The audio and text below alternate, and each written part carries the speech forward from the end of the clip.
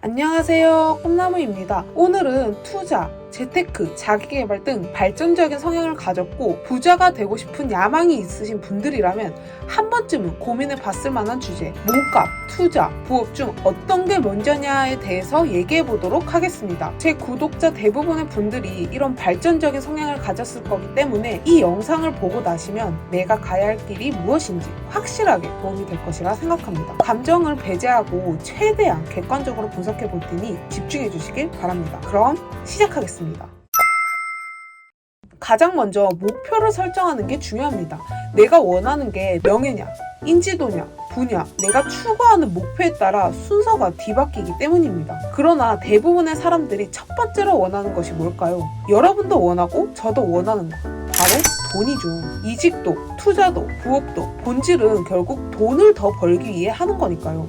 그렇기 때문에 자산의 축적, 부자가 되는 것을 목표로 삼겠습니다. 근데 사실 이직이든 투자든 부업이든 솔직히 순서가 뒤바뀌어도 3개 다 하면 무조건 부자가 됩니다. 하지만 인간의 생애는 한정적이잖아요. 이 한정된 시간 안에 최대한 빨리 부자가 된다면 남은 생은 훨씬 더 여유롭게 살 수 있겠죠. 그렇기 때문에 최대한 효율적으로 빠르게 부자가 되는 걸 목표로 삼겠습니다. 그렇다면 몸값을 올리는 게 도대체 무엇이냐라고 했을 때 솔직히 몸값을 올리는 방법은 정말 여러 가지가 있잖아요. 이직이 될 수도 있고 유튜브가 될 수도 있고, 그런데 유튜브는 부업에도 몸값 올리기에도 포함되기 때문에 유튜브, 스마트 스토어, 쿠팡이츠 등 사이드 잡으로 할 수 있는 건 부업에 넣고 몸값 올리기는 이직으로 하겠습니다. 즉 이직, 투자, 부업 3가지의 비교가 되겠네요. 먼저 결론부터 말하자면 저는 투자, 부업, 이직 순서가 가장 빠르게 부에 도달할 수 있다고 봅니다. 근데 이렇게 말하면 분명히 그건 네 생각 아니냐, 다른 사람들은 몸값 올리는 게 더 중요하다 그랬어, 투자가 쉬워 보이냐? 이렇게 말하는 분들이 있을 거라 생각합니다. 이제부터 왜 투자가 1번이고 그게 가장 빠르게 부에 도달할 수 있는지 디테일하게 설명해 보겠습니다. 집중해 주세요. 자, 우리는 지금 이제 막 취직한 사회초년생으로 돌아갔습니다. 월급은 직장인 중위소득 평균값인 220만 원으로 가정할게요. 소득에는 크게 근로소득, 자본소득, 사업소득이 있죠. 여기서 난이도가 가장 어려우면서 하이리스크, 하이리턴인 사업소득을 일단 제외할게요. 그럼 남는 게 뭐죠? 결국 근로소득이냐, 자본소득이냐입니다. 여기서 근로소득이란 노동으로 벌게 되는 소득을 말합니다. 즉 근로소득에는 필연적으로 나의 시간과 노동력이 투입된다는 겁니다. 대표적으로 직장인이 그러하고 대부분의 부업 또한 내 노동과 시간을 요구하기 때문에 근로소득입니다. 이직은 근로소득을 조금 더 나은 근로소득으로 진화시키는 작업입니다. 근로소득이라도 높으면 높을수록 좋은 게 당연하죠. 그런데 이직이 하루아침이 되나요? 절대 아니죠. 이직을 준비하는 시간이 굉장히 많이 들어갑니다. 또 요즘 대부분의 기업은 1년 정도는 경력을 안 쳐주는 분위기죠. 최소 2년에서 3년은 다녀야 하는데 제일 비추천하는 게 2, 3년 동안 회사 다니면서 그 시간 동안 이직을 준비하는 겁니다. 물론 내 월급이 평균값도 훨씬 못 미친다, 그러면 당연히 말이 달라지겠지만 평균이 아닌 이렇게 극단적으로 가정해버리면 질문 자체가 의미가 없어지는 거니 처음 말했듯 내 월급이 평균이라고 가정하겠습니다. 여기 A라는 사람과 B라는 사람이 있습니다. 입사 시기는 동일하고 월급도 같고 1년차 사회초년생으로 가정할게요. 여기서 A는 입사 후 이직을 준비하면서 1년 만에 이직을 성공합니다. 그리고 이직하면서 연봉이 무려 1,000만 원이 상승된 거예요. 월 220 받는 직장인의 연봉은 2,640만 원입니다. 참고로 계산하기 쉽게 전부 세후 기준으로 계산하겠습니다. 근데 연봉이 1,000만 원이 상승했다면 무려 37%가 상승한 겁니다. 이 정도면 엄청난 상승률이죠. 이직으로 최대의 효율을 뽑았다고 볼 수 있습니다. 반면에 B라는 사람은 1년 동안 열심히 부동산 공부를 해 그동안 모은 돈이랑 신용대출을 조금 받아서 3천만 원의 집을 마련했다고 하겠습니다. 이 정도 금액은 충분히 가능한 가정이죠. 이 3천만 원으로 지방 소도시에 2억 5천만 원짜리 아파트를 매수했다고 가정하겠습니다. 그런데 1년 만에 이 아파트가 10% 오른 겁니다. 아파트가 1년에 10% 오르는 건 사실 너무나 쉬운 일이죠.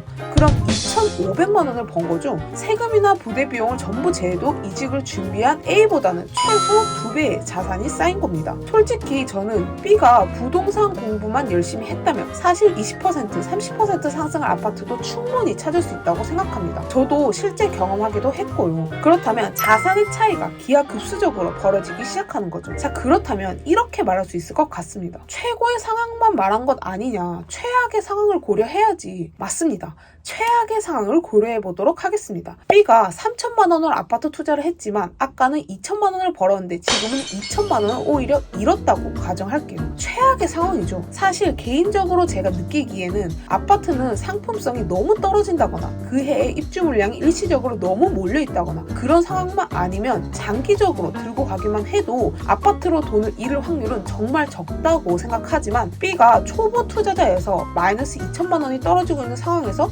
공포에 질려서 팔아버렸다고 가정하겠습니다. 그럼 여기서 B가 잃은 건 무엇일까요? 2천만 원이라는 돈과 1년이라는 시간이죠. 반면에 A는 투자 공부를 하지 않고 이직에 모든 시간을 쏟아 넣었지만 이직을 실패했다고 치겠습니다. A가 잃은 건 무엇일까요?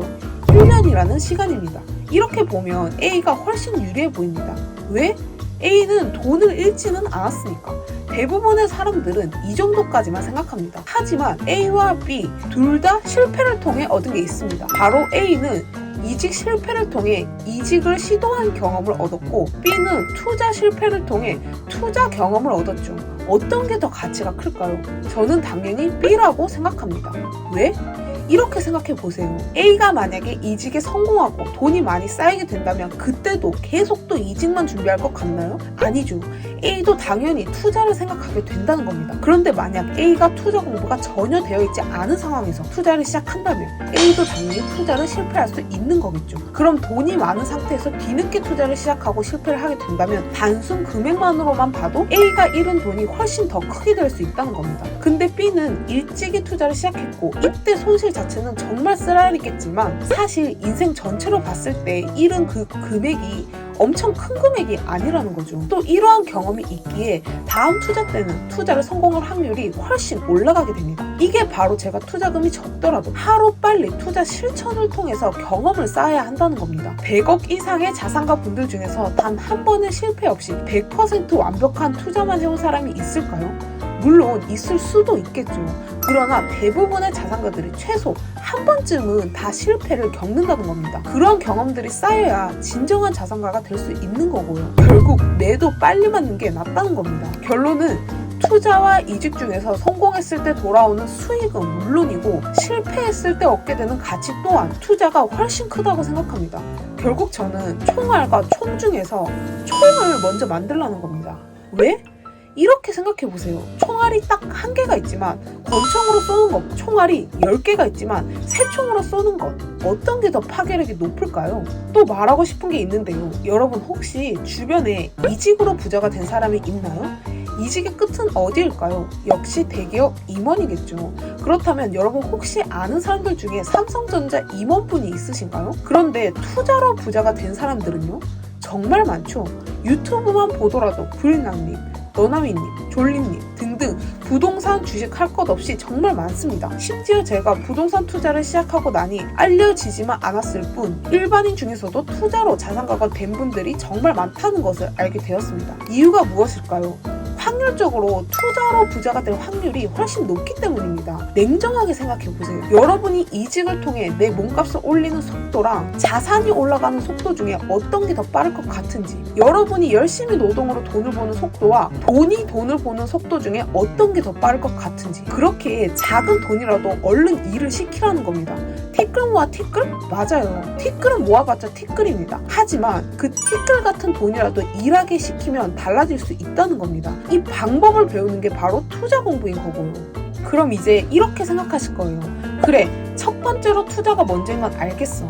그럼 그 다음은 부업과 이직 중에 뭘 해야 하지? 이거에 대해서는 제가 다음 주에 2편으로 더 디테일하게 말해보도록 하겠습니다. 사실은 제가 이 영상을 하나로 만들려고 했는데 만들다 보니 말이 너무 길어져서 영상이 20분이 넘어갈 것 같더라고요. 그래서 투자 다음 이직과 부업 중 뭐가 먼저인지, 또 부업을 한다면 어떤 부업을 해야 가장 효율적이고 부자가 될 수 있는지 디테일하게 풀어보도록 하겠습니다. 그럼 오늘도 도움이 되셨다면 구독과 좋아요는 팁이라고 생각하겠습니다. 감사합니다.